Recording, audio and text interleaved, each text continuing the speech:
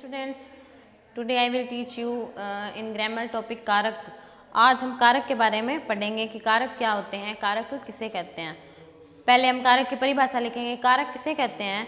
वाक्य में कर्ता का संबंध क्रिया से बताने वाले शब्दों को कारक कहते हैं। वाक्य में कर्ता का संबंध जो क्रिया के साथ में कर्ता का संबंध बताते हैं। कर्ता यानी कि जैसे इंग्लिश में बोलते हैं सब्जेक्ट, और क्रिया जो है वर्ब, यानी कि सब्जेक्ट का और वर्ब का जो संबंध बताने वाले शब्द होते हैं उनको हम क्या बोलते हैं? कारक।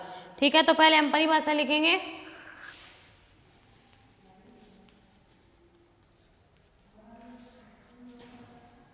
वाक्य में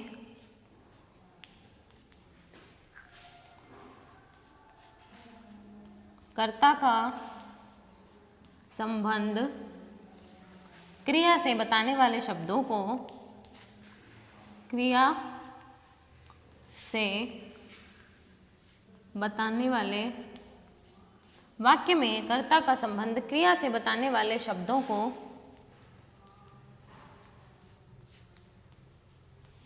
कारक कहते हैं।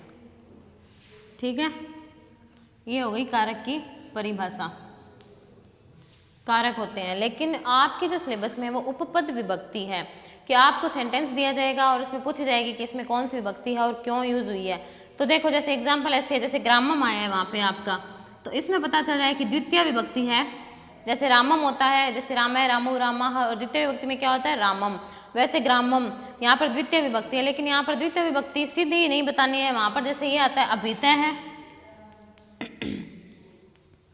ग्रामम अभितय है, वृक्षा संति। ठीक है, गांव के चारों ओर वृक्ष हैं। ये मैं आपको एक एग्जांपल बता रही हूँ कि कैसे उपपद विभक्ति होती है। तो यहाँ पर जो द्वितीय विभक्ति आई है वो किसके कारण आई है? शब्द के कारण आई है। अभितय जो शब्द है उसके कारण यहाँ पर ग्राम जो शब्द है उसमें द्वितीय विभक्ति आई है, तो इसको बोलते हैं उपपद विभक्ति। जहाँ पर जो विभक्ति होती है किसी शब्द पे आधार पर आती है तो उसे उपपद विभक्ति बोलते हैं। तो पहले हम उपपद विभक्ति के बारे में, उपपद विभक्ति जो है उसकी परिभाषा लिखिए।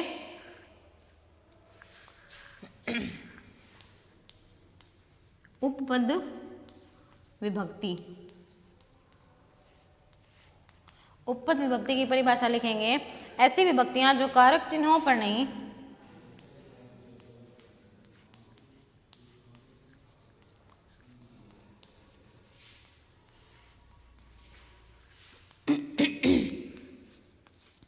ऐसी विभक्तियां जो कारक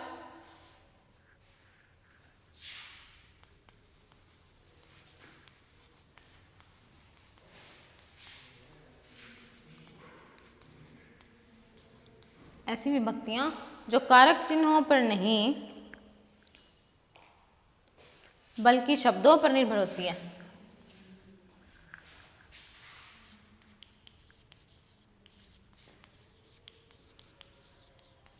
बल्कि शब्दों पर निर्भर होती है,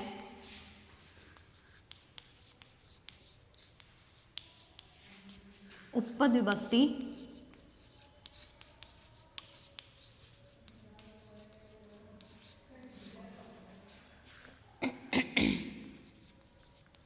उपपद विभक्ति कहते हैं। देखो, यानी कि ऐसी विभक्तियां जो कारक चिन्हों पर नहीं बल्कि शब्दों पर निर्भर होती है उपपद विभक्ति कहते हैं। जैसे मैंने अभी बताया था कि ग्रामम शब्द है तो उसका कारक चिन्ह तो को है कि गांव को, लेकिन वहां पर वो सीधी विभक्ति बताई जाती है। लेकिन अभितय शब्द उसके साथ में आया, उसके आधार पर अगर हम विभक्ति बताते हैं तो वो उपपद विभक्ति कहलाती है कि किसी शब्द के अकॉर्डिंग हमने विभक्ति बताई है तो उसे उपपद विभक्ति कहते हैं। अब देखो, संस्कृत में जो कारक होते हैं उनका प्रयोग जो होता है विभक्ति के रूप में होता है। कौन कौन से कारक हैं वो हम लिखेंगे। ये लिखने के बाद में आप आगे लिखेंगे।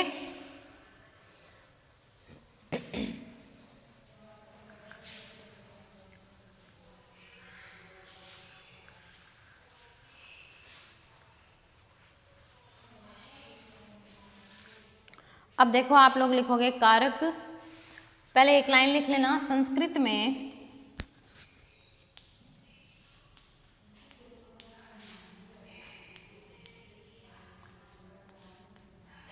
में कारकों का प्रयोग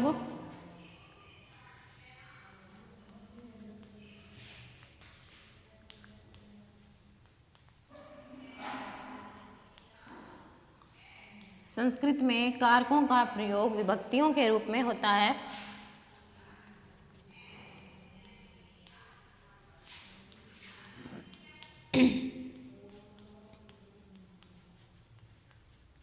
जो निम्नलिखित है।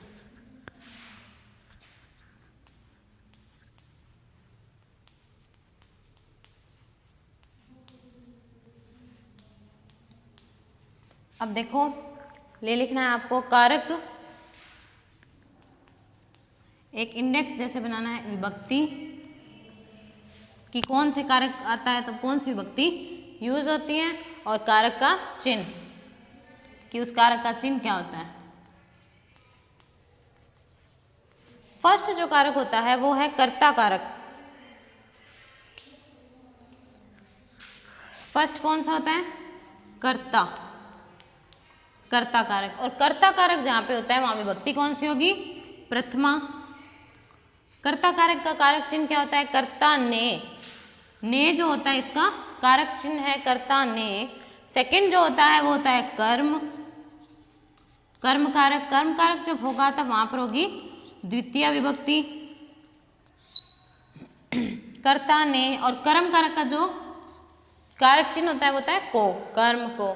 तीसरी जो विभक्ति होती है वो तीसरा जो कारक होता है वो है करण कारक। करण कारक, करण कारक में कौन सी विभक्ति होती है?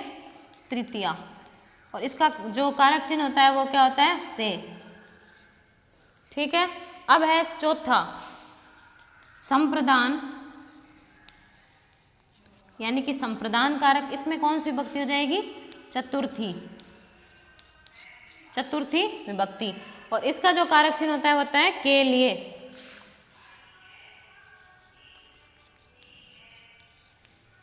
कर्ता ने कर्म को कर्ण से संप्रदान के लिए। नेक्स्ट जो है वो है अपादान, अपादान कारक। अपादान जब होगा तब होगी पंचमी विभक्ति। और इसका जो कारक चिन्ह होता है वो होता है से, अलग होने के भाव में। देखो, एक तो ये से है और एक ये से है। जो तृतीय विभक्ति में जो करण कारक में से आता है वो उसका मतलब ये होता है जैसे कि राम ने बाण से रावण को मारा, तो वहां पर बाण से रावण को, यानी कि वो सहायक चीज है, वहां पर वस्तु है जिसके द्वारा उसने रावण को मारा। और यहाँ पर जो ये से जो पंचमी विभक्ति में से आता है वो अलग होने के अर्थ में, जैसे पेड़ से पत्ता गिरा तो पेड़ से पत्ता अलग हो रहा है तो यहाँ पर पंचमी विभक्ति आई है। लेकिन तृतीय विभक्ति में जो से आएगा वो अलग होने के भाव में नहीं है, वहां पर सहायक वस्तु के लिए कोई से आएगा। ठीक है। और यहाँ पर अलग होने के भाव में, जैसे घोड़े से जो सवार है वो गिर गया तो ये अलग होने के भाव में जहां पर होगा वहां पर कौन सा कारक आएगा? अपादान कारक। नेक्स्ट जो है वो है संबंध।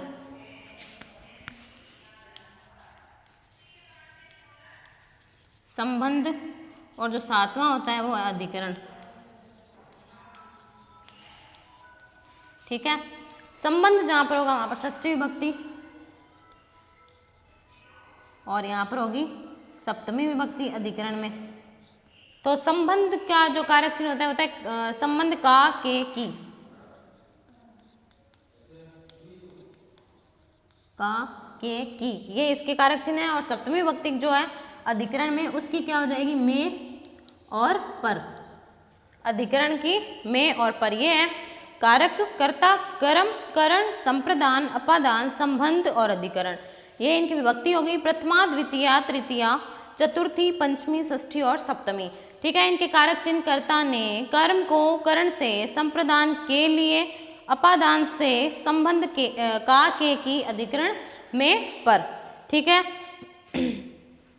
इसके बाद में हम फर्स्ट जो है और वो देखेंगे प्रथमा कर्ता कारक। पहला जो है वो हम देखेंगे कर्ता कारक। कर्ता कारक में क्या होता है?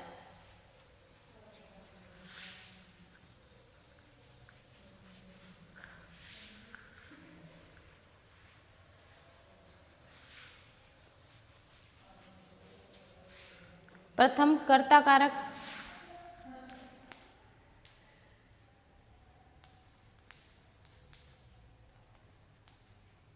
कर्ता कारक यानी कि प्रथमा विभक्ति।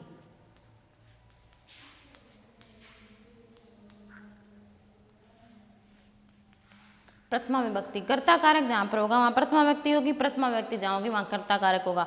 जो क्रिया को करता है वह कर्ता कहलाता है। कर्ता कारक में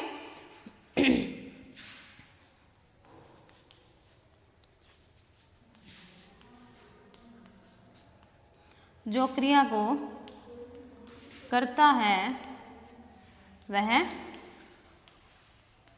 कर्ता कहलाता है।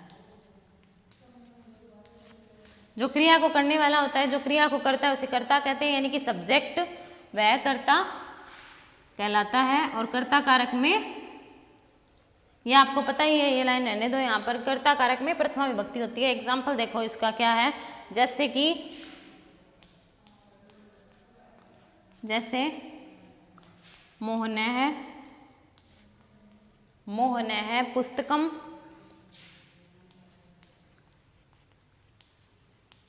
मोहनः पुस्तकम पठति। मोहन पुस्तक को पढ़ता है। यहाँ पर देखो जो मेन जो क्रिया हो रही है वो किसके द्वारा हो रही है, मोहन के द्वारा।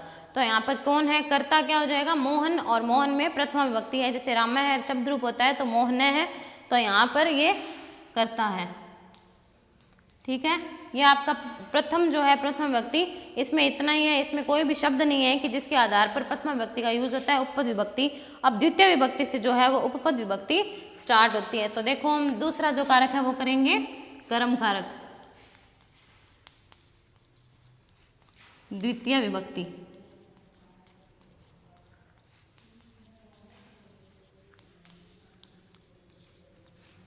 देखो कर्म कारक द्वितीय विभक्ति, कर्ता यानी कि जिसके द्वारा क्रिया को करता है। कर्म किसे बोलते हैं, ऑब्जेक्ट। जिस ऑब्जेक्ट के माध्यम से वो वर्ब हो रही है, जिस ऑब्जेक्ट से सब्जेक्ट जो है वो जो कर्म के द्वारा जो कर्ता काम करता है, यानी कि जो ऑब्जेक्ट यूज हो रहा है उसे कर्म कहते हैं। और जो यूज हो रहा है जो कर्म जिस ऑब्जेक्ट में, वहां पर द्वितीय विभक्ति आएगी।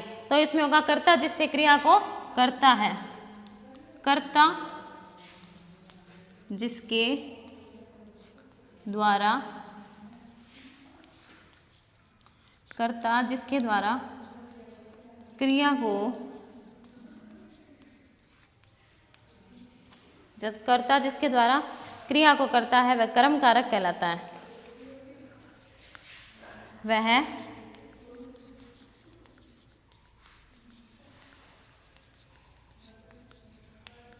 कर्म कारक कहलाता है। देखो क्या है, कर्ता जिसके द्वारा क्रिया को करता है वह कर्म कारक कहलाता है। और जो कर्म कारक कहलाता है वहां पर द्वितीय विभक्ति हो जाएगी। जैसे कि राम है पुस्तकम पढ़ती,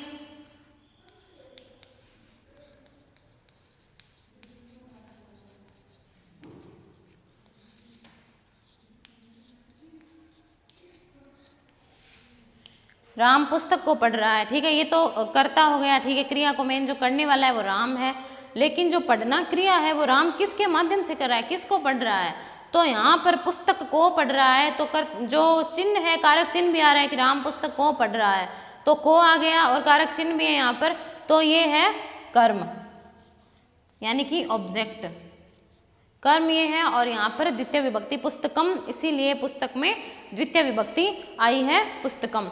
इसके बाद में हम इसके कुछ शब्द देखेंगे जिसके माध्यम से द्वितीय विभक्ति का प्रयोग होता है।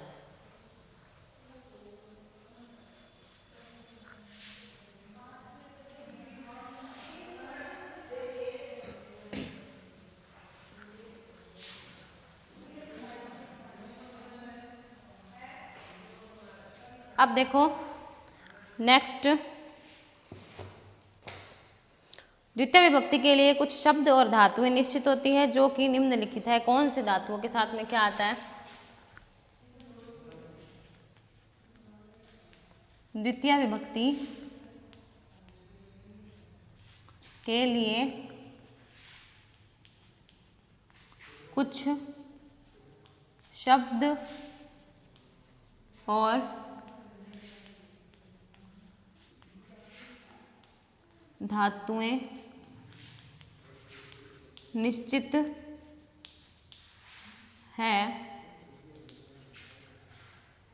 द्वितीय विभक्ति के लिए कुछ शब्द और धातुएं निश्चित है, यानी कि जिनके साथ में द्वितीय विभक्ति आती है, जो कि निम्नलिखित है, जो कि निम्न है। ठीक है, देखो एक तो वर्ड यहाँ लिख लेंगे अपन, उनके अर्थ और फिर वहां पर उनके एग्जाम्पल। फर्स्ट जो वर्ड है वो है अभितय है। अभितय है, अभितय का मतलब क्या होता है? दोनों ओर।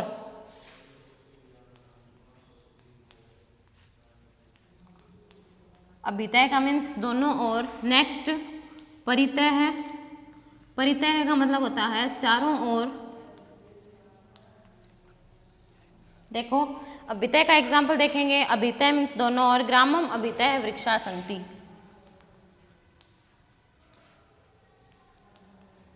ग्रामम अभितय है वृक्षा सन्ति, गांव के दोनों ओर वृक्ष हैं। अब देखो यहाँ पर अभितय शब्द आया है और अभितय शब्द आने पर जो ग्रामम है वहां पर द्वितीय विभक्ति का यूज हुआ है, इसे ही बोलते हैं उपपद विभक्ति, यानी कि शब्द के आधार पर यहाँ पर द्वितीय विभक्ति आई है। कौन से शब्द के योग में? अभितय शब्द के योग में। एग्जाम में आपके ऐसे एग्जाम्पल लिखा हुआ था और फिर अंडरलाइन दी हुई होती है कि यहाँ पर द्वितीय विभक्ति क्यों आई है, तो आपको ये लिखना होता है कि अभितय शब्द के योग में यहाँ पर द्वितीय विभक्ति आई है।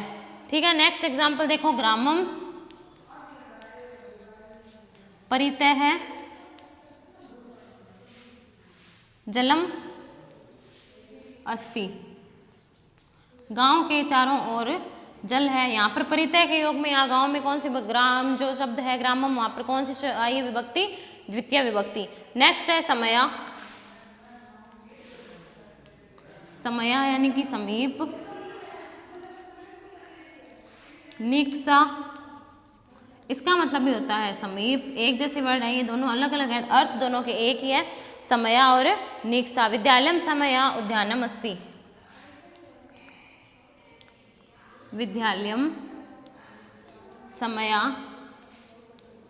उद्यानम अस्ति, गांव के समीप बगीचा है।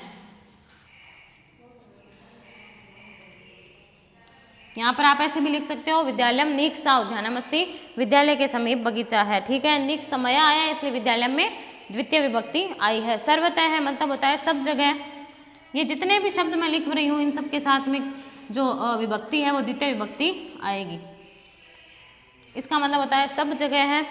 ग्रामम सर्वतः वनम अस्ति, गांव के सब जगह वन है।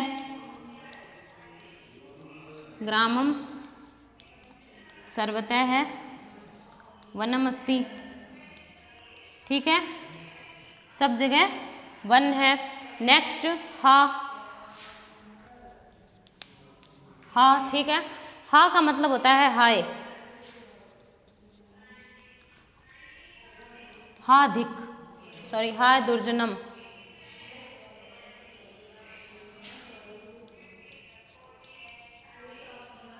कि हाय दुर्जन। नेक्स्ट धिक। धिक मीन्स धिक्कारना किसी को। धिक यानी कि धिक्कार, इसका भी यही हो जाएगा धिक। दुर्जनम, दुर्जन को धिक्कार है। धिक दुर्जनम। देखो ये इतने तो हो गए। नेक्स्ट और लिखेंगे आप आगे।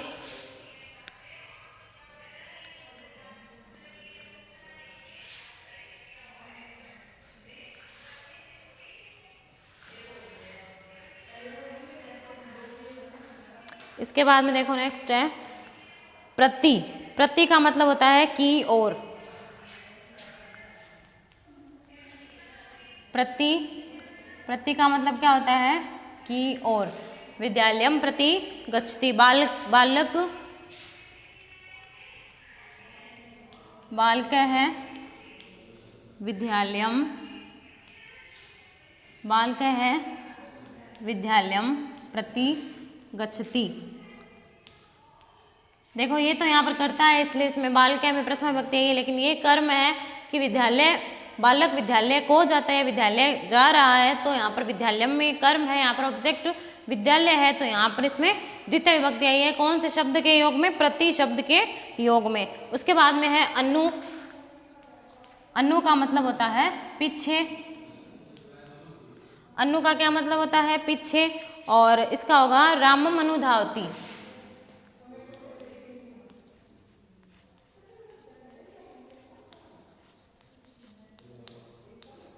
राम के पीछे दौड़ रहा है, तो यहाँ पर रामम अनु के योग में हो गया। फिर है ऊपरी। ऊपरी